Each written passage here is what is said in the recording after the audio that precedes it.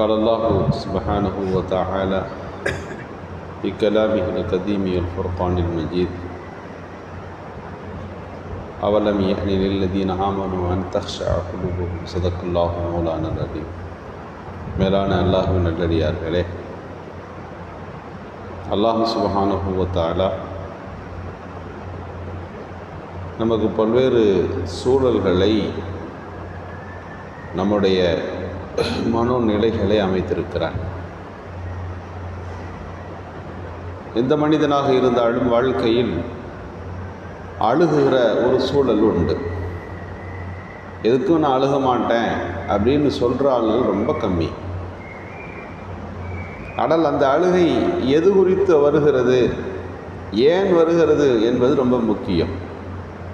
ரெண்டு காரணங்களுக்காக வேண்டி நாம் அழுகிறோம். ஒன்று, உலக காரியங்களுக்காக வேண்டி. இரண்டாவது, மறுமையின் சிந்தனைக்காக வேண்டி அழுகை வருகிறது. நம்முடைய அழுகை எந்த தரத்தை சார்ந்தது? உலகத்தில் சுகம், துக்கம், கவலைகள், நிறைவேறாத ஆசைகள், திடீரென்று ஏற்பட்டுவிட்ட சோதனைகள், சோகங்கள், இதற்காக வேண்டி நாம் அழுகிறோம். நம்முடைய அழுகை நம்மிடத்தில் மார்க்கத்தின் நிலைப்பாடுகள் இன்னும் சரியாகவில்லையே, மார்க்கத்தை முழுமையாய் கடைபிடிக்கவில்லையே, நம்முடைய மனைவி மக்களின் வாழ்க்கையிலே மார்க்கம் வரவில்லையே, தீனுடைய ஷரியத்தின் சட்டங்களை எல்லா விதங்களிலும் பேணி நடக்கிற ஒரு பரிபூர்ணமான பேணுதல் மிக்க வாழ்க்கை ஏற்படவில்லையே என்றெல்லாம் நமக்கு அழுகை வருமானால் அந்த அழுகைக்கு அல்லாஹ்விடத்தில் நன்மைகள் உண்டு, கூலிகள் உண்டு.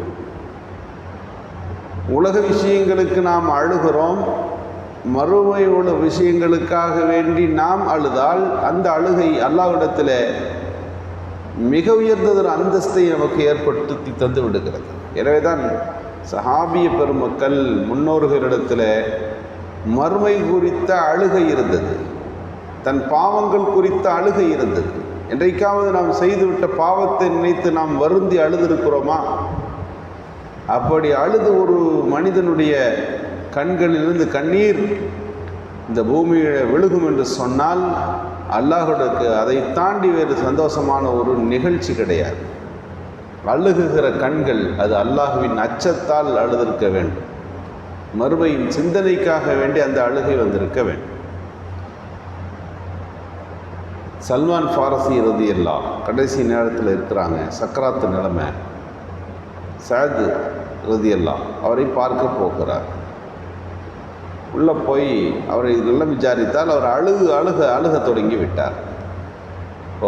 இருந்தவர்கள் கேட்டார்கள், ஏன் அழுகிறீங்க? உங்களை குறித்து ரசூலுல்லாஹ் உயர்ந்த செய்திகளை, சொர்க்கவாதியின் செய்திகளை அல்லவா சொல்லியிருக்கிறார்கள், ஏன் உங்களுக்கு அழுக? சொன்னார்கள், நான் அதை நினைத்து அழுகவில்லை, இந்த உலகத்தில் இன்னும் கொஞ்ச நாள் வாழணுமே, சீக்கிரம் மௌத்தா போகிறோமே, அதை நினைத்து நான் அழுகவில்லை, இந்த சிந்தனைக்காக வேண்டிய அழுகை வரவில்லை. ரசூலுல்லாஹ் சொன்னாங்க, இந்த உலகத்தில் நீ ஒரு பயணியை போல வாழ்ந்து கொள். ஒரு பயணம் செய்பவர் என்ன செய்வார்? இங்கேருந்து ஒரு இடத்துக்கு போவார், தங்குவார், அடுத்த ஒரு இடத்துக்கு மாறி போவார். அவர் இருப்பதற்கும் தங்குவதற்கும் என்று பிரத்யோகமாய் எதையும் அவர் எடுத்துக்கொள்ள மாட்டார். அதுபோல் இந்த உலக வாழ்க்கையை கழிச்சிரு என்று சொன்னார்கள். ஆனால் என் நிலைமை எப்படியா இருக்கிறது? நான் சேர்த்து வைத்திருக்கிற பொருள்களை பாருங்கள், நான் பயணியை போலவா வாழ்ந்து இந்த வாழ்க்கையிலிருந்து நிறைவு வருகிறேன். ரசூலுல்லாஹ்வுடைய சொன்ன சொல்லுக்கு, அவர்களிடமிருந்து நான் எடுத்துக்கொண்ட இந்த வாக்குறுதிகளுக்கு, என் வாழ்க்கையிலே நான் செய்து கொண்டிருக்கின்ற இந்த காரியங்களுக்கும் என்ன சம்பந்தம் இருக்க முடியும்? இதை நினைத்து நான் அழுகிறேன் என்று சொன்னார்கள். சஅத் ரலியல்லாஹு சொல்லுகிறார்கள், என்னப்பா அவர் உலகத்தை ரொம்ப சேர்த்துட்டோம்னு அழுகிறாரே, பயணியை போல் வாழலைன்னு நினச்சி அழுகிறாரே. நான் வீட்டை திட்டி பார்த்தேன், அந்த வீட்டில் கொஞ்சோண்டு தானியம் இருந்துச்சு, ஒரு கோப்பம் ஒன்று இருந்துச்சு, அவர் படுத்திருந்த அந்த படுக்கைகளுக்கான சாமானம் அங்கே இருந்துச்சு. இதை தாண்டி அந்த வீட்டில் ஒன்றும் இல்லை. இதை நினைத்தா உலகத்தை சேர்த்து விட்டோம் என்று அழுகிறார் என்று நான் கண்டேன் என்று அவர்கள் விளக்குகிறார்கள். இங்கே நாம் கவனிக்க வேண்டும், இவர்கள் ரசூலுல்லாஹ்வுடைய சொல்லை நாம் கடைபிடிக்காமல் போய்விட்டோமே என்று அழுகிறார்கள். எத்தனை சுன்னத்துக்களை நாம் விட்டதற்காக வேண்டி நம் கண்களிலிருந்து கண்ணீர் வருகிறது. ரசூலுல்லாஹ்வுடைய எத்தனை வார்த்தைகளை வாழ்க்கையில் நாம் கடைபிடிக்காமல் மீறிவிட்டோமே என்கின்ற சூழலில் நம்மிடமிருந்து ஒரு அழுகை புறப்படுகிறது என்று நாம் யோசிக்க வேண்டும். இந்த அழுகை மறுமைக்கான அழுகை, மறுமை சிந்தனை ஏற்படுத்தக்கூடிய அழுகை. இந்த தன்மை நமக்கு வர வேண்டும். பாத்திமா ரலியல்லாஹு ரசூலுல்லாஹ் பார்க்க போனாங்க. பாத்திமா ரலியல்லாஹு அழுகிறார்கள். ஏம்மா வீட்டு வேலைகள் பழுக்கள் உனக்கு தாங்கலையா, ஏன் அழுகிறேன்னு கேட்டாங்க. அல்லது இன்ன பிற ஏதாவது தேவைகளின் முன்னிட்டு நீ உன் அழுகை வந்ததா என்று கேட்டார்கள். பாத்திமா ரலியல்லாஹு சொன்னாங்க, இல்லை, என் உடம்பு சரியில்லை, என் உடல் நிலை சரியில்லை என்பதற்காக என் அழுகை இல்லை, அதனால் என்னால் நின்று தொழுக முடியவில்லை. நீங்கள் சொன்னீர்கள் உட்கார்ந்து தொழுபவருக்கு இவ்வளவு நன்மை, நின்று தொழுதால் அவருக்கு முழுமையான நன்மை என்று சொன்னீர்கள். நின்று தொழுக முடியாத ஒரு சூழலில் என் வணக்கங்களில் நான் குறையை வைத்து கொண்டிருக்கிறேன், பாதி நன்மைகளை பெற்று கொண்டிருக்கிறேனே என்று நான் அழுகிறேன் என்று அன்னை ஃபாத்திமா ரலியல்லாஹு சொன்னார்களாம். இங்கே நாம் கவனிக்க வேண்டும், வணக்கத்தை முழுமையாக செய்ய முடியவில்லையே என்று ஏக்கம், அந்த தொழுகையை நின்று நான் முறையாய் நிறைவேற்ற முடியவில்லையே என்கின்ற துக்கம் இங்கே நாம் கவனிக்க வேண்டும். நன்றாக இருப்பவர்கள் தொழுக முடியும் என்கின்ற ஒரு சூழலில் அவர்கள் நின்று தொழுகுவது தான் மிகச்சிறந்தது.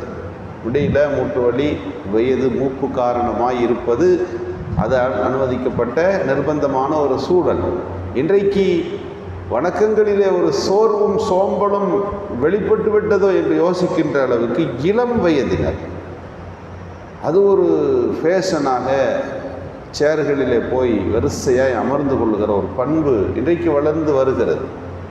அதற்கு என்ன சாட்சி என்றால், எல்லா பள்ளிவாசல்களிலும் ஓரப்பகுதிகளில் சேர்கள் அதிகரித்து கொண்டிருக்கிறது என்பதுதான். அமர்ந்து தொழுகுவதில் நின்று தொழுகுவதில் பாதி நன்மை என்ற நபிகள் பெருமானாருடைய வார்த்தைகள் என்னால் நின்று தொழுக முடியவில்லையே என்கின்ற அந்த ஏக்கத்தை ஹஜ்ரத் ஃபாத்திமா ரலியல்லாஹு பார்க்கிறோம். இந்த அழுகையும் இருக்கிறதே, அது மறுமைக்கான அழுகை. இந்த அழுகையை அல்லாஹ் நம்மிடத்தில் எதிர்பார்க்கிறார். படிப்படைக்குரிய ஒரு சூழல்கள், சிந்தனைகள் வர வேண்டும். மறுமை சிந்தனை நம்மிடத்திலிருந்து ஏற்பட்டு அந்த அழுகை வர வேண்டும். மறுமை குறித்த எண்ணங்கள் எந்த அளவிற்கு ஒரு நாளைக்கு நம்மகிட்ட வந்துட்டு போகுது நம்ம யோசிக்கணும். ரசூலுல்லாஹ் ஒரு தடவை 70 தடவை மரணத்தை பற்றி பேச சொன்னாங்க. 70 தடவை மௌத்தை பற்றி சிந்திக்கணுமா. நமக்கு அப்படி சிந்திச்சா தான் நம்ம இருக்கிற லைஃப்பில் இது நிரந்தரம் இல்லை, எல்லாத்தையும் விட்டு விட்டு நாம் பிறருக்கு கொடுத்து விட்டு போகிறோம். நாம் தேடிய சொத்துக்களும் செல்வங்களும் நம்முடன் வரக்கூடியது அல்ல என்கின்ற சிந்தனை வருமானால் முழுக்க முழுக்க அதுக்கே நம்ம கவனத்தை செலுத்துறதுலேருந்து கொஞ்சம் திருப்பி கபருக்காக வேண்டியும் மறுமை வாழ்க்கையின் வெற்றிக்காக வேண்டியும் அல்லாஹ்வுடைய பொருத்தத்தை பெறுவதற்கு என்ன செய்யலாம் என்ற சிந்தனையும் வரும். ஜாஃபர் சாதிக் ரலியல்லாஹு சின்ன குழந்தையாக இருக்கும்போது எங்கள் தாயார் அடுப்பு மூட்டுறார். அடுப்பு மூட்டும் போது சின்ன சுள்ளியாக எடுத்து சின்ன சின்ன விறகுலாம் வச்சார். நெருப்பு பிடிச்சிச்சு, பெரிய கட்டையாக தூக்கி வச்சார். இதை பார்த்து விட்டு அழுதார்கள். ஏப்பா அடுப்பு எரிக்கிறத பார்த்துட்டு ஏப்பா நீ அழுகிறேன்னு கேட்டாங்க. அப்போது சிறு குழந்தையாக இருந்த ஜாஃபர் சாதிக் சொல்கிறார், இல்லை, அடுப்பை மூட்டுவதற்கு சிறு சுள்ளிகள் முதலில் வைக்கப்பட்டது, ரெண்டாவது பெரிய கட்டையை வச்சிங்க. நரகத்தை மூட்டுவதற்கு சிறு குழந்தைகளாய் இருக்கிற என்னை போன்றவர்கள், சிறு குழந்தைகள் முதலில் போடப்பட்டு பெரியவர்கள் ரெண்டாவதாக